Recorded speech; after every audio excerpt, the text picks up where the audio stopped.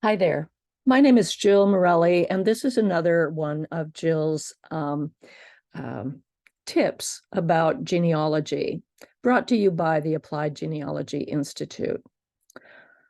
This is our third in a series on calming citation angst.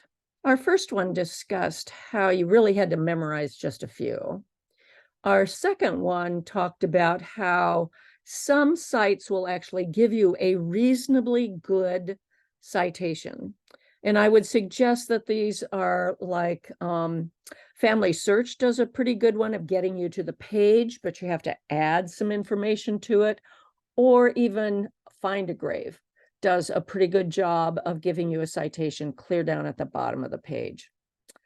This time we're talking about if you run into a situation where none of those situations work. Here's what I do. I go big to small all the time. I think about just the way I got to the location where I am. Usually it's in a record set, so I start with a record set. Then it's oftentimes the location. I put the location, and I can watch the little carrots up at the top of the site that I'm on, and oftentimes follow my path to get there without doing waypoints even. Sometimes you have to use waypoints, but not always. So they just get you to where you are. And basically what it's doing is it's taking you from the largest aspect of the citation, which is the record set, and it's bringing you down to the smallest level, perhaps an image number, perhaps an alphabet number if it's given in alphabetical order.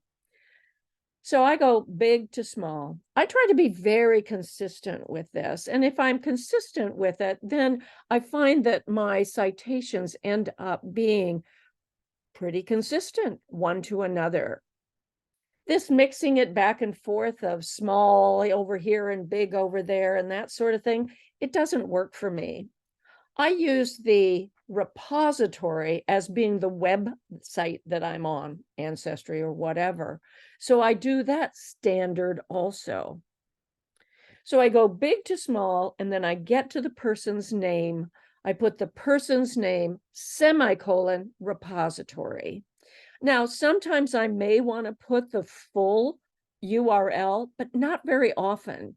If I'm mostly in Ancestry, Family Search, and that sort of thing, and my waypoints have given you an idea of how to get there step by step, I don't feel an obligation to put the full URL there unless I am working for myself and I want to be able to get to it quickly. So think about that. So those citations, the first citation level would be just learn and memorize a few that you use all the time. Number two is use the ones you're given, whether it be Find a Grave, Family Search, or it's something like a journal or a book.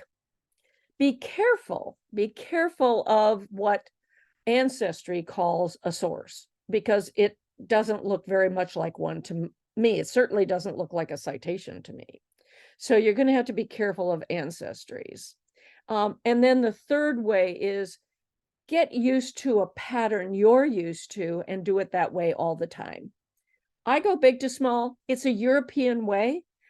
They don't do big to small on some and small to big on others. No, they do big to small all the time. So think about that from calming your citation angst. Thanks a lot for listening, and be aware that pretty soon we're going to be announcing our classes for and opening up registration for the fall of this coming year. So just think about that, and thank you very much for listening. This is Jill Morelli giving you an AppGen moment. Thanks.